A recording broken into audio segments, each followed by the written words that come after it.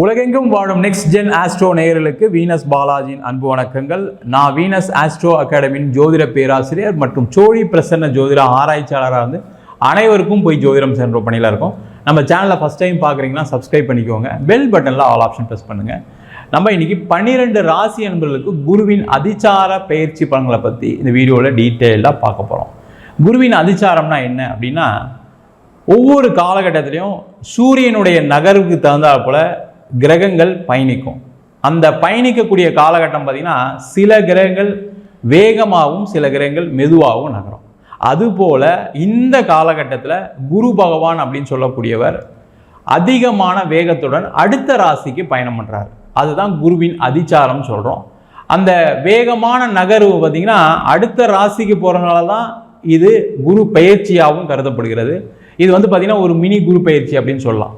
இது அக்டோபர் மாதம் 19ஆம் தேதியிலேருந்து டிசம்பர் மாதம் 5ஆம் தேதி வரைக்கும் ஒரு 50 நாட்களுக்கு நிறைய மாற்றங்களை 12 ராசி என்பவர்களும் சந்திக்க போகிறாங்க.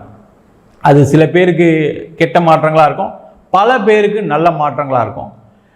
இந்த குரு பயிற்சி ஏன் இந்த ஒரு 50 நாள் கூட ரொம்ப விசேஷமாக சொல்கிறோம் அப்படின்னா, இந்த குரு பகவான் தான் அனைத்து விதமான சுப நிகழ்ச்சிகளுக்கும் காரகர். உங்கள் வாழ்க்கையில் நிறைய நல்ல விஷயம் நடக்குது. எனக்கு கல்யாணம் நடந்துச்சு சார், குழந்தை பிறந்து சார், என் வீடு வாங்கினேன் சார், கார் வாங்கினேன் சார், வீடு கிரேப்ரேஷன் பண்ணேன் சார் அப்படின்னு சொல்லக்கூடிய விஷயங்களுக்கு எல்லாத்துக்குமே அந்த குரு பகவானுடைய பெயர்ச்சி தான் மிக மிக முக்கிய காரணமாக இருக்குது. குரு பெயர்ச்சி இல்லை வச்சுக்கோங்க, எல்லாருமே என்ன வாழ்க்கையில் என்ன பண்ண போகிறோம்னு தெரியாமல் நிறைய பேர் முழிக்க வேண்டிய சூழ்நிலை வந்துடும். அது எல்லாருக்குமே பொருந்தும். அதுபோல் இந்த குருவின் அதிச்சாரம் 50 நாட்கள் நடக்குது. அதேமாதிரி குரு அப்படின்னு சொல்லக்கூடிய தனக்காரகன் அப்படின்னு சொல்லுவோம். அந்த தனக்காரகன் சொல்லும்போது பண வசதி வாய்ப்புகளை கொடுக்கக்கூடியவர் அந்த குரு பகவான் தான். அப்போ குரு பயிற்சி ஆனால் பணம் கொட்டிடுமா? அப்படி கிடையாது. நீங்கள் நிறைய முயற்சிகள் பண்ணிக்கிட்டே இருக்கீங்க, அது நிறைய நேரத்தில் நடக்கலை. அப்போ அந்த முயற்சிகள் பண்ணும்போது நடக்கிறதுக்கான ஒரு வாய்ப்பை அந்த குரு பகவானுடைய பயிற்சி கண்டிப்பாக எடுத்து கொடுக்கும். நிறைய பேருக்கு வராத பணம் வரும், புதிய வாய்ப்புகள் கிடைக்கும், புதிய தொழில்கள் தொடங்கலாம், புதுசாக யாராவது நபர்கள் மூலமாக பண வரவுகள் வரும், புதிய புதிய புதிய விஷயங்கள் நிறைய மாற்றங்கள் நடக்கும். இது மாதிரி தான் பார்த்தீங்கன்னா இந்த குரு பகவானுடைய பயிற்சி பலன்கள் எப்போவுமே இருக்குது.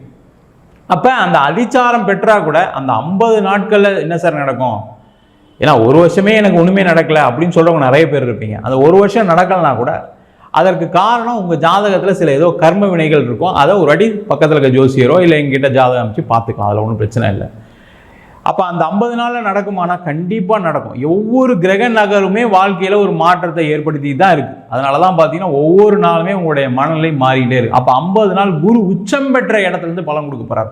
இதுதான் இந்த குருவுடைய அதிச்சாரத்தில் ரொம்ப விசேஷம். ஏன்னா 50 நாட்களில் நடக்கக்கூடிய விஷயங்கள் அப்படின்னு சொல்லும்போது பார்த்தீங்கன்னா அது குரு உச்சம் பெறும்போது பார்த்தீங்கன்னா அதிகப்படியான பலன்களை கொடுக்க போகிறாரு. அப்போ நிறைய நல்ல விஷயங்கள், நிறைய பொருளாதார வரவு, நிறைய மாற்றங்கள் அனைத்து ராசி என்பவர்களுக்கும் காத்துட்ருக்கு.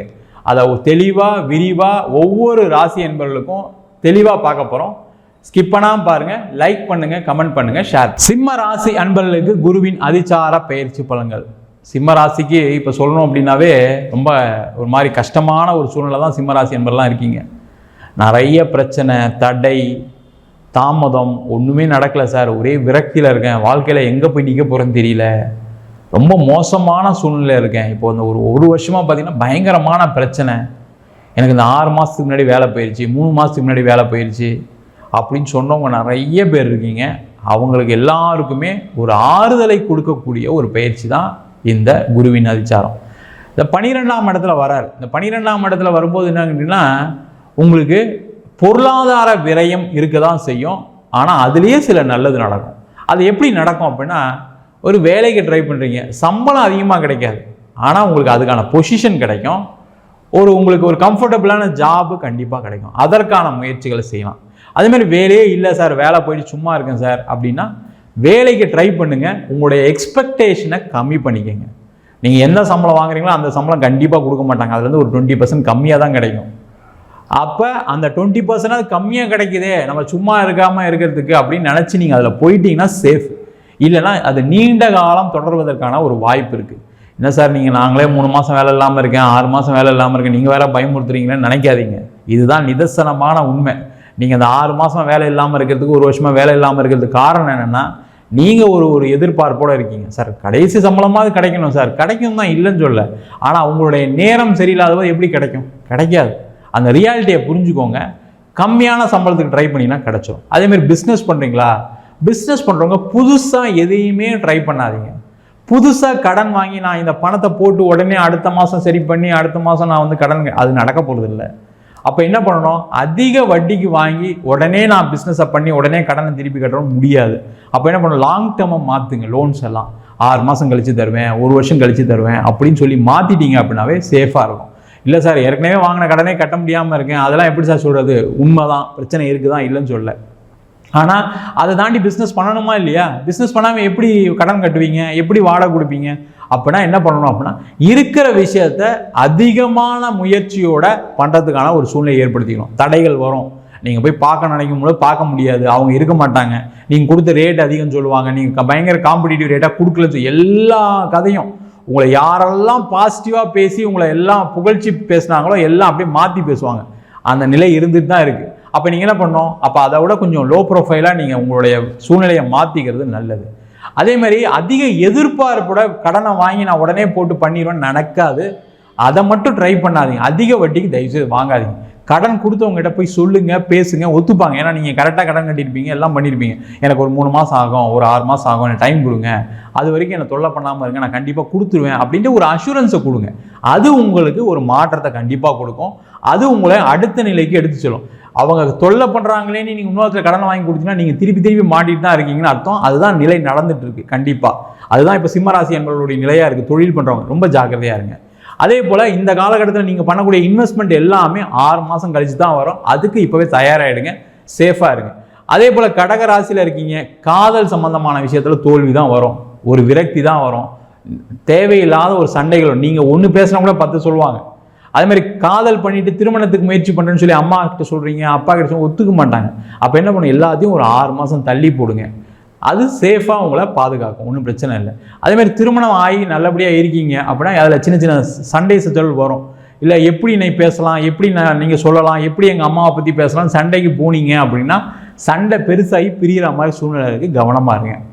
அதேமாதிரி திருமணத்துக்கு முயற்சி பண்ணுறீங்க, அவங்களாம் ஒரு வாட்டிக்கு 2 வாட்டி நீங்கள் பார்க்கக்கூடிய வரன் கரெக்டாக உங்களுக்கு செட் ஆகுமா, ஜாதக ரீதியாக பாருங்கள், குடும்ப ரீதியாக பாருங்கள், பொருளாதார ரீதியாக பார்த்துட்டு நீங்கள் டிசைட் பண்ணிக்கிறது ரொம்ப நல்லது.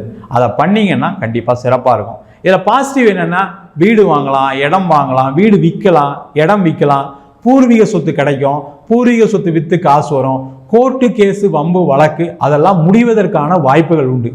அதுலேயுமே பார்த்தீங்கன்னா சில தடங்கள் இருக்கும், ஆனால் அதெல்லாம் தாண்டி உங்களால் அந்த கோர்ட்டு கேஸ் பிரச்சனையை முடிக்க முடியும். அதற்கான முயற்சிகளை செய்வது சிறப்பு. வீடு விற்கலாம், அதனால் வரக்கூடிய பணத்தை இருந்து பிஸ்னஸில் போடாமல் கடனை கட்டுறதுக்கு வழியாக பாருங்கள். இல்லை முடிஞ்சால் ஏதாவது இன்வெஸ்ட்மெண்ட் பண்ணுங்கள், ஒரு தங்கம் வாங்குங்க, இல்லை எதுலையாவது மியூச்சுவல் ஃபண்டில் போடுங்க, இல்லை இன்சூரன்ஸ் ஏதாவது ஒன்று ஒரு இன்வெஸ்ட்மெண்ட்டாக சேஃபான இன்வெஸ்ட்மெண்ட்டாக மாற்றிக்கிறது ரொம்ப ரொம்ப நல்லது.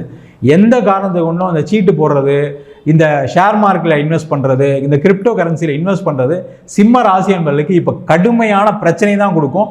கவனமாக இருப்பது ரொம்ப ரொம்ப சிறப்பு.